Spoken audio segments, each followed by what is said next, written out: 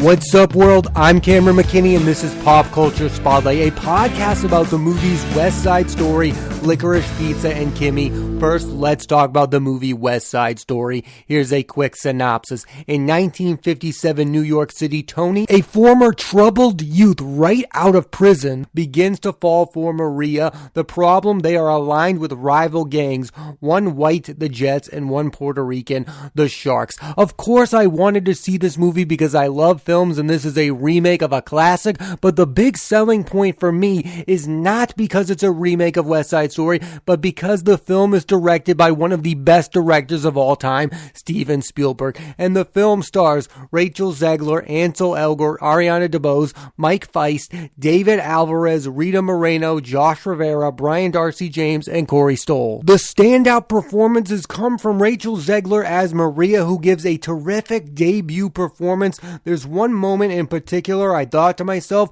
I'm watching a movie star. It's when she's singing I Feel Pretty. This was a movie star making role for Rachel Zegler. Ariana DeBose, who's made a name for herself for starring in The Prom with Nicole Kidman and Meryl Streep, arguably gives the best performance in the movie as Anita. She's incredible in some of the film's most heartbreaking moments. She also has great chemistry with Zegler, especially during the song they sing together, A Boy Like That. And finally, Mike Feist is shockingly good as Riff, the leader of the Jets. It's my personal favorite performance of the movie, and he definitely deserved a Best Supporting Actor nomination at the Oscars. And I don't want to dwell too much on Ansel Elgort as Tony. All I'll say is I thought he was fine in the role he was given. Rachel Zegler's star is shining bright as she will next star in Shazam! Fury of the Gods, the sequel to the hit Shazam with Zachary Levi and Helen Mirren, and in Snow White and the Seven Dwarfs as the titular role of Snow White,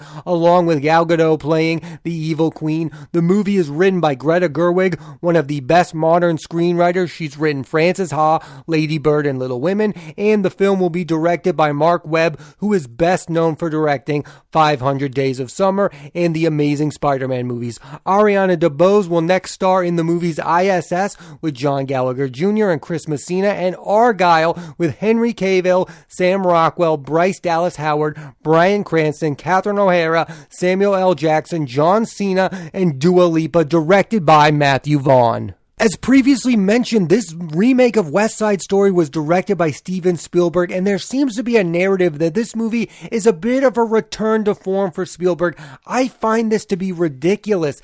Spielberg's recent works include Lincoln in 2012, one of my favorite of his films. Daniel Day-Lewis won an Oscar. Bridge of Spies in 2015 with Tom Hanks and Mark Rylance. Guess what? Mark Rylance won the Oscar. The Post in 2017 with Tom Hanks and Meryl Streep. The movie was nominated for Best Picture, and Ready Player One in 2018, which is like Spielberg's homage to his own earlier work. He's still a master filmmaker and prolific now more than ever. In his 70s, instead of, say, cashing in and directing Indiana Jones 5. Spielberg's next film, The Fabelmans, which I am highly anticipating, is a semi-autobiographical movie about his childhood and stars Michelle Williams, Paul Dano, and Seth Rogen. It's the first movie Spielberg has been a credited writer on since AI. He co-wrote the movie with Tony Kushner, who has written Munich, Lincoln, and West Side Story for Spielberg. The duo have formed one of the best director-writer combos,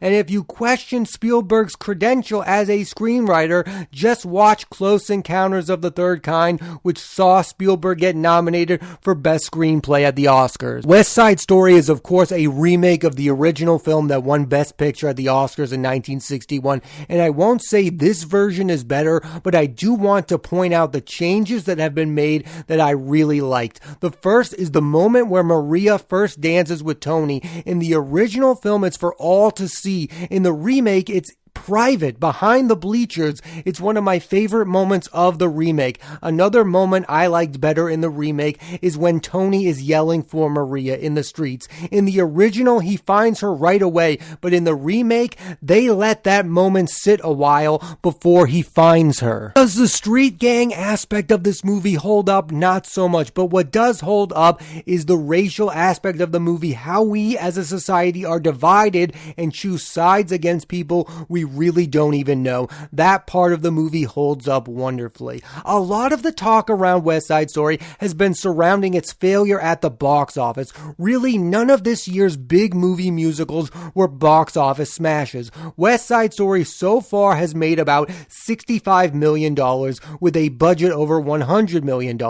Dear Evan Hansen made under $20 million on a budget over $28 million, and In the Heights made $44 million on a budget of $54 million.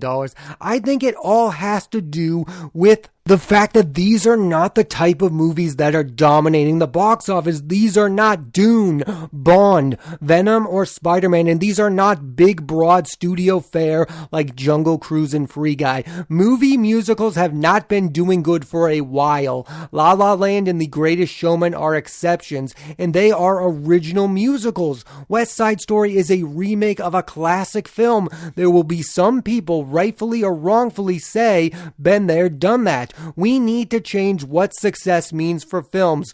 Box office can no longer be the lone measuring stick. West Side Story and In the Heights as movies are very good to great, and for me, that's what matters most. I do have to say, West Side Story is my second favorite movie musical of 2021, the first being Tick, Tick, Boom. Both it and West Side Story are loving tributes to the late, great Stephen Sondheim. Let's talk about Oscar nominations. West Side Story was nominated for Best Supporting Actress Ariana DeBose for playing Anita, a role for which Rita Moreno won an Oscar for the original film. DeBose is currently the favorite to win. The only actors in the history of Oscars to win an award for playing the same role are Marlon Brando and Robert De Niro as Vito Corleone and Heath Ledger and Joaquin Phoenix as the Joker. Moreno and DeBose might soon join that list. Steven Spielberg was nominated for Best Director for the 8th time in his career. He previously won for Schindler's List and Saving Private Ryan, and he becomes the first director ever to get a Best Director nomination across 6 different decades: the 1970s, 80s, 90s, 2000s, 2010s, and now 2020s. The film was also nominated for Best Cinematography and for Best Picture. Overall, West Side Story is one of the best and one of my favorite remakes, right up there with the Coen brothers version of True Grit and Bradley Cooper's A Star is Born, and one of my favorite movie musicals. I liked it way more than I thought I was going to. It's not going to win Best Picture like the original, but it lives up to the classic, in my eyes, makes key improvements. Let's switch gears and talk about the movie Licorice Pizza. Here's a quick synopsis. Set in 1973, Alana is a lost 20-something who begins to hang out with 15-year-old Gary Valentine, who is an actor and an entrepreneur. The film stars Alana Haim, Cooper Hoffman, Bradley Cooper, Sean Penn, Tom Waits, Mary Elizabeth Ellis, and Benny Safdie. Now, the big selling point for this film is who made this movie. It's Paul Thomas Anderson, who is on the short list of must-see directors. When he makes a movie, you have to go see it. And the standout performances come from Alana Haim, who is wonderful in her first movie ever. She has movie star qualities. She was the most compelling thing on screen throughout. She gives a subtle performance, which is not something you always see in a PTA movie. You usually see actors going for it and burning up the screen. I think her as the lead of this is a great change of pace. This film is also the first movie for her co-star Cooper Hoffman, who is the son of the late great Philip Seymour Hoffman, who worked with Paul Thomas Anderson 5 times on Hard Eight, Boogie Nights, Magnolia, Punch Drunk Love, and The Master. And this performance feels like a tribute to his late father. You can see the similarities at times between Cooper and his late great father, who was one of the best actors of his generation. 2021 was a cool year for sons of late iconic actors. You have this movie that had Cooper Hoffman working with his father's closest collaborator, and you also had Michael Gandolfini in The Many Saints of Newark playing the character that made his father James Gandolfini famous, Tony Soprano. It's awesome seeing these young actors paying homage to their fathers while also proving that they're the real deal themselves. The other performance in this film that everyone's been talking about is Bradley Cooper, who is playing the infamous movie producer John Peters, and he is one of the absolute best things about this movie. Paul Thomas Anderson is great in that he gets unique performances from well-known movie stars. See Burt Reynolds in Boogie Nights and Tom Cruise in Magnolia. Bradley Cooper just enters Licorice Pizza and takes the entire movie over for about 8 minutes. Paul Thomas Anderson, like many, is one of my favorite filmmakers. His films, though, are not always easy to digest. You really have to pay attention to the movies he's made. He's made some of the most intense films ever. Magnolia, There Will Be Blood, and The Master, while he's also made some more lighthearted films like Boogie Nights, Punch Drunk Love, and Inherent Vice. And that's what I would categorize Licorice Pizza as. It's not one of those movies you have to obsess over the meaning. It's more of a casual hangout type of film. It's way more chill than The Master and There Will Be Blood. But if you love movies that are plot heavy, then Licorice Pizza may not be the movie for you. At its core, it's about this unusual pair, a 15-year-old and a possibly 25-year-old. It's not super clear her actual age, and this relationship between Alana and Gary has been a topic of conversation around the film, how it's taboo and wrong. I think if you watch the film, the dynamic between Alana and Gary feels innocent. My favorite moment between the two of them is when Gary is arrested and Alana is scared out of her mind. Hoffman and Haim have unreal chemistry in that moment. I think one fair critique of the film is a character who is played by comedic actor John Michael Higgins. His bit in the movie made me feel uncomfortable, and I get that that's probably the point, but it also feels like it's being provocative for provocative sakes. The character is problematic to say the least. What I do really like about Licorice Pizza is the period piece aspect of the movie. It feels of a time in the best way possible. Only in the 1970s could you have a teenager who is an actor who sells water beds on the side. Gary is a hustler in a way that's not possible in modern times.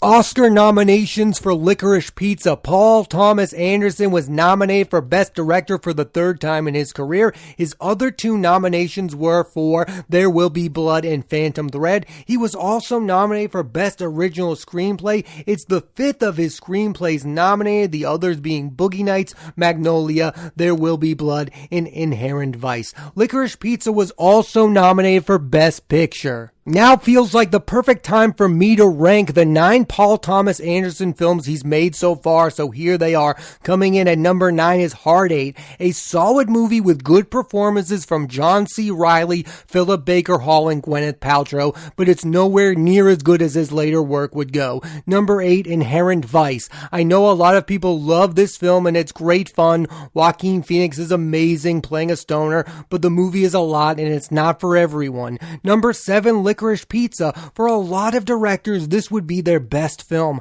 Haim, Hoffman, and Cooper are fantastic, but for PTA, it's middle of the pack. I think it's a very good movie, but not his best. Number 6, Punch Drunk Love, the film where Adam Sandler proved to the world he's a legit actor. Also, Philip Seymour Hoffman is great with very little screen time. Number 5, Phantom Thread, Anderson's second film with Daniel Day-Lewis about an obsessive fashion designer who falls in love, along with Vicky Krieps and Leslie Manville, who are both incredible. Number 4, Magnolia, a movie that a lot of people will call his most self-indulgent, and yeah, the movie is blatantly about fathers. I love this movie. Tom Cruise is electric. I also loved the infamous scene with raining frogs. Number 3, The Master. Philip Seymour Hoffman gives the best performance of his career as a false prophet. Joaquin Phoenix and Amy Adams are brilliant as always. It's impossible to come to a consensus about what this movie is actually about. We can all agree the movie is great. Number 2, Anderson's original masterpiece, Boogie Nights, about the rise and fall of a porn star. It put Mark Wahlberg on the map as a movie star. I love his bromance with John C. Reilly. It made Burt Reynolds relevant again, and you can't talk about this movie without talking about Julianne Moore, who in my opinion gives a career best performance. Also, William H. Macy movie has one of the most chilling moments in movie history. And number one, my favorite Paul Thomas Anderson movie and what I think is the best is There Will Be Blood. This film has two of my favorite performances in a PTA movie ever. Daniel Day-Lewis as oil tycoon Daniel Plainville and Paul Dano as preacher Eli Sunday. Their scenes together are iconic. Lewis's Plainville knows that Dano Sunday, like himself, is a salesman who is selfish. The movie has simple meanings like the relationship between father and son and greed, but it's also endlessly deep. That's my official ranking of the films made by Paul Thomas Anderson. Now let's switch gears one final time and talk about the movie Kimi. Here's a quick synopsis. Angela is a tech worker who, due to personal trauma and COVID-19, does not leave her home. One night she comes across a recording of a murder and must leave her apartment and confront her fears. The film stars Zoe Kravitz, Byron Bowers, Rita Wilson, Robin Givens, Andy Daly, and Erica Christensen. There are two people involved in this movie that desperately made me want to see it, and that's director Steven Spielberg and the star of the film, Zoe Kravitz, and they delivered in the best way possible. The standout performance comes from Zoe Kravitz, who gives, in my opinion, her best film performance yet. She carried the entire film on her own, the same way that Jake Gyllenhaal carried The Guilty. You could feel her anxiety when she left her house. She comes across as endlessly cool. She's such a movie star. In the last few years, she has really shown her range in High Fidelity. Kravitz was funny and charming. In this, she's way more dramatic, but in both, she's equally compelling. And this is going to be a huge year for Kravitz, who's going to be Catwoman in The Batman, coming out in less than a month. And with Kimi, she's off to a great start. And let's talk about Soderbergh, who has made 3 really good movies for HBO Max. First, with Let Them All Talk, which features one of my favorite Meryl Streep performances, along with Lucas Hedges and Gemma Chan, who have great chemistry in that film. No Sudden Move, his return to the heist genre with longtime collaborators Don Cheadle and Benicio del Toro. And now with Kimi, he makes some pretty clear statements about modern society's reliance and devotion to technology and their use of social media. You'll watch this movie and think to yourself, why am I giving all these devices access to private information? Soderbergh's next film, which will also be on HBO Max, is Magic Mike 3, which will see him reunite with Channing Tatum.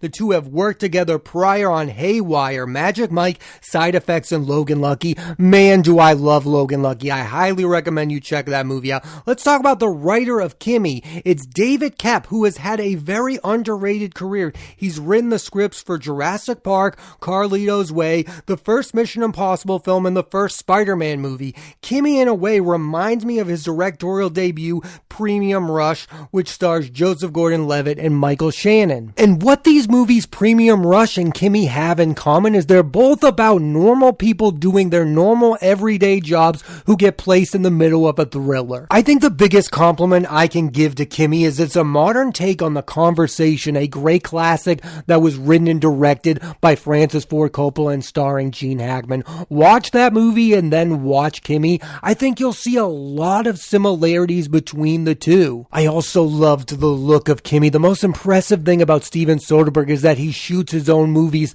Not only is he one of the best directors working today, he's also one of the best cinematographers. What makes Soderbergh a brilliant director is he knows that he needs movie stars. He is making sometimes really simple movies, but he's making them with the biggest movie stars in the world. Tell me that the movie star is dead. I don't believe you. I just watched this movie and I go, wow, Zoe Kravitz made this movie work. She is the heart and soul of the film. This movie would not have worked without a movie star the caliber of Zoe Kravitz. And Soderbergh understands that. That's why he's continuing to make movies with movie stars. A lot of people have also compared Kimi to that movie Blowout, which starred John Travolta. That's another great thriller. I love a great thriller. They should make more thrillers that involve normal people in the movie movie. I think when the protagonist is a normal, relatable character, it just gets you invested in the movie so much more than if it's a movie about a superhero. I do find that that's my biggest problem with superhero movies, is I don't relate to the characters at all. You know who I do relate to? Somebody who's having anxiety about leaving their home. That's a relatable character. I also liked how Kimi was placed in the middle of the pandemic. It made what the character was going through all the more thrilling. You were really rooting for this character to get over her fears, and it gave her more reasons not to leave her house. I mean, there's a scene when Kravitz first goes outside and wears the mask. It is one of the most thrilling and best scenes of 2022 so far. Kimi is a fantastic start to what I think will be the year of Zoe Kravitz. Thanks for listening to this edition of Pop Culture Spotlight. I'm Cameron McKinney, and I highly recommend you check out the movies Westside Story, Licorice Pizza, and Kimi. There will be a new episode of the podcast every Thursday on Apple Podcasts and Spotify, and next week I'm putting the spotlight on the career of actor Robert Downey Jr. and the movie 9 Days starring Zazie Beetz and Winston Duke. So tune into that, and please rate, review, and subscribe.